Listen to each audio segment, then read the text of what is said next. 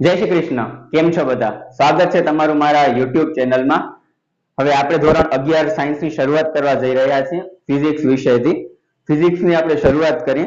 હવે ફિઝિક્સના first chapter ની આપણે શરૂઆત કરીએ એના પહેલા આપણે જોઈ લઈએ કે આપણે શું વસ્તુ ભણવાની છે, કયા કયા ચેપ્ટર્સ તમારે તમારા સિલેબસમાં આવવાના છે.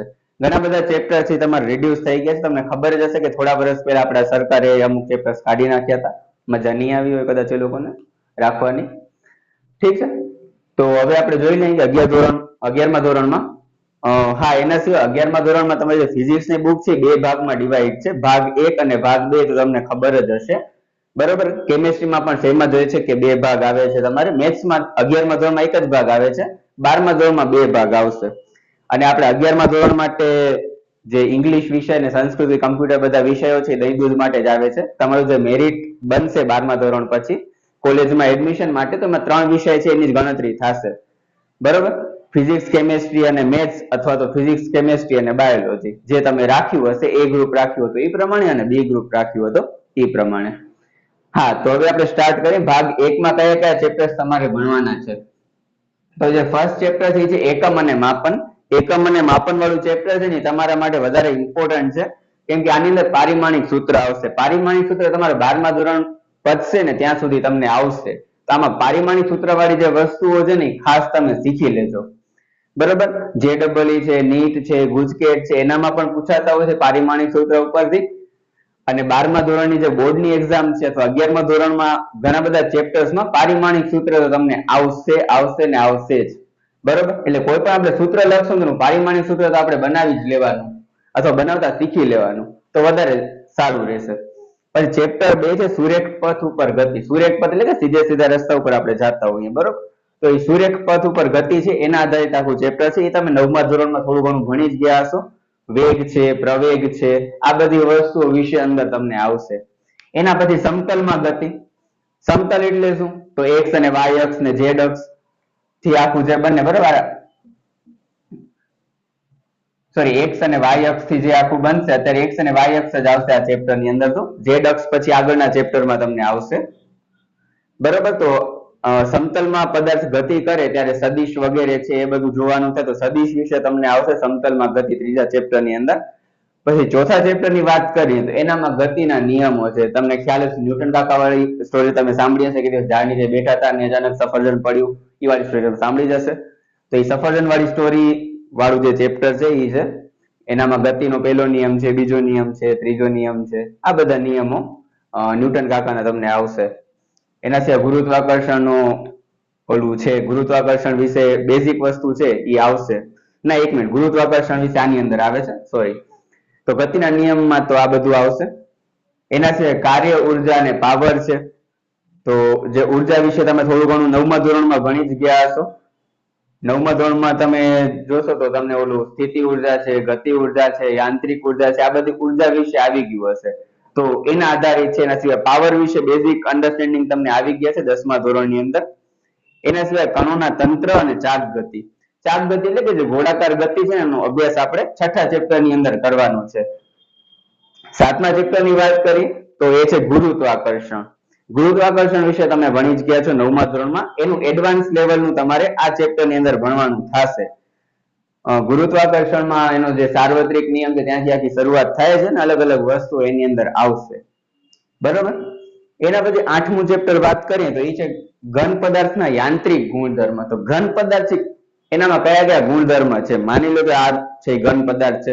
હવે આનું કટકા કરીશ તો ઓબ્વિયસલી તૂટી જશે, પછી જોડી નહીં શકાય, બરોબર. આના 4-5 કટકાઓ કરીશ પછી મારે જોડવું હશે, ફેવિક્વિક વગેરે થી જોડી શકાય, પણ તિરાડ છે એ તો રહી જ જવાની છે, તો તમને ખબર છે, બરોબર. અમુક ગુણધર્મ ઉપર ઘન પદાર્થ છે કામ કરશે. તો એના જે ગુણધર્મ છે એના સિવાય પ્રતિબળ છે, વિકૃતિ છે, આ બધી વસ્તુઓ આની અંદર આવશે, બરોબર.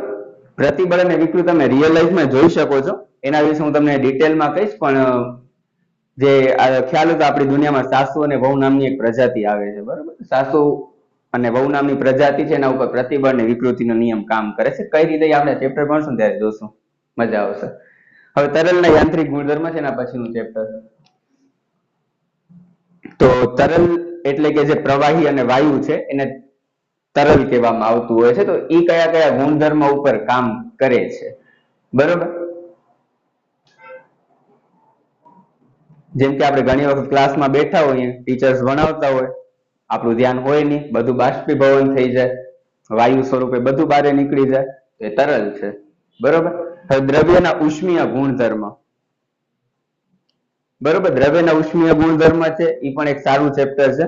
જે ઉષ્મા ઉર્જા જે છે એના ઉપર મતલબ કે કયા કયા ગુણધર્મ કામ કરે છે, કોઈ પણ વસ્તુનું ગરમ કરીશ એના ઉપર કયા ગુણધર્મો કામ કરશે, કઈ રીતે વસ્તુઓ કામ કરશે, આ બધી વસ્તુઓ છે, બરોબર. તમે સોસાયટીમાં અલગ અલગ સોસાયટીમાં ઘણા બધા ટપોરી લોકોને જોયા હશે, જે લોકો ઝઘડતા હોય, બરોબર. તો એનામાં ઉષ્મીય ગુણધર્મ કામ કરે છે. કઈ રીતે આપણે ચેપ્ટર જ્યારે ભણશું ત્યારે જોશું. પછી થર્મોડાયનેમિક્સ છે. થર્મોડાયનેમિક્સ તમારા માટે એક નવો વિષય, નવો ચેપ્ટર છે.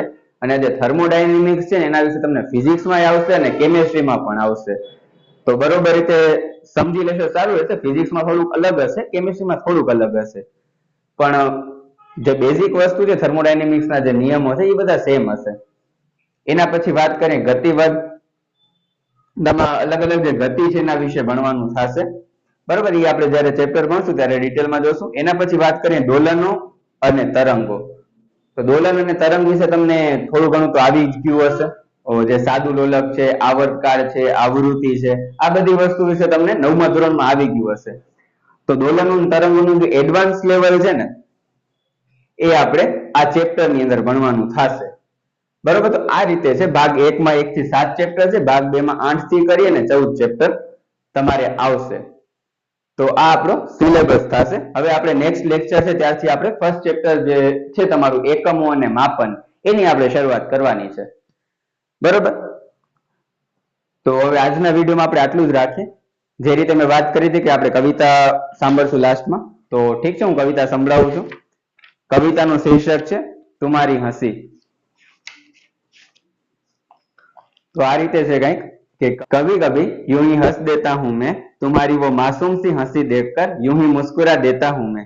जब से मैंने तुम्हें पहली बार देखा है एक कनेक्शन सा फील होता है, पता नहीं क्यों पर अब हर एक पल तुम्हारा सा लगता है। जब से मैं तुम्हें मिला हूं हो गया हूं मैं फ्लैट, और नींद चैन प्यास सब गई है मेरी उड़। जब मैं तुमसे पहली बार मिला था तभी से ये सोच रहा हूँ, क्या ये दुनिया इतनी भी खूबसूरत है या फिर है ये कोई विचित्र माया। यूं ही हंसता देख लोग मुझे कहते पागल है, पर कैसे मैं उन्हें समझाऊं, प्यार तो पागलों के नसीब में ही तो होता है। तुम्हारे साथ बिताए वो सभी लम्हे मुझे याद आते हैं, उन लम्हों को याद करके यूं ही खुश हो जाता हूं मैं। तुम ही तो मेरी प्रेरणा मूर्ति हो और मैं बिन तुम्हारे मेरा कोई वजूद नहीं। तुम ही तो मेरी प्रियतमा हो और मैं हूं तुम्हारा प्रियतम। लोग तो 7 जन्म में एक दूसरे से पीछा छुड़ाना चाहते हैं, लेकिन मैं तो हर एक पल, हर एक दिन, हर एक क्षण तुम्हारे साथ बिताना चाहता हूँ। मैं झगड़ना भी चाहता हूँ और चाहता हूँ कि तुम मुझसे रूठ जाओ, और मैं ही तुम्हें मनाना भी चाहता हूँ, चाहे कितनी भी अड़चन आ जाए हमारे बीच। लेकिन ये वादा है मेरा कि ना मैं तुमसे अलग होऊंगा और ना मैं तुम्हें खुद से दूर जाने दूंगा। पता है परफेक्ट नहीं हूं मैं, लेकिन अगर तुम बोलोगी ना तो मैं परफेक्ट बनने की एक कोशिश तो कर ही लूंगा। पता है बहुत सी खामियां होंगी मुझ में, पर मुझे ये भी पता है कि मेरी हर एक खामी के साथ तुम मुझे अपनाओगी और तुम्हारी मदद से मैं खुद को एक बेहतर इंसान बना पाऊंगा। तुमसे मिलकर ही तो मैंने प्यार के सही मायने पहचाने। पता नहीं अब तुम बिन कैसे कटेंगी ये लम्हे। पता है मेरे मुकद्दर में नहीं लिखी तुम, पता है मुझे मेरे मुकद्दर में नहीं लिखी तुम, लेकिन फिर भी सिर्फ तुम्हें ही पाने की चाहत रखता हूं मैं। Thank you so much. जो આજનો વિડીયો પસંદ આવ્યો તો લાઈક શેર સબસ્ક્રાઇબ બધું કરી દેજો। મળીએ આપણે નેક્સ્ટ વિડીયોમાં। Tata good bye.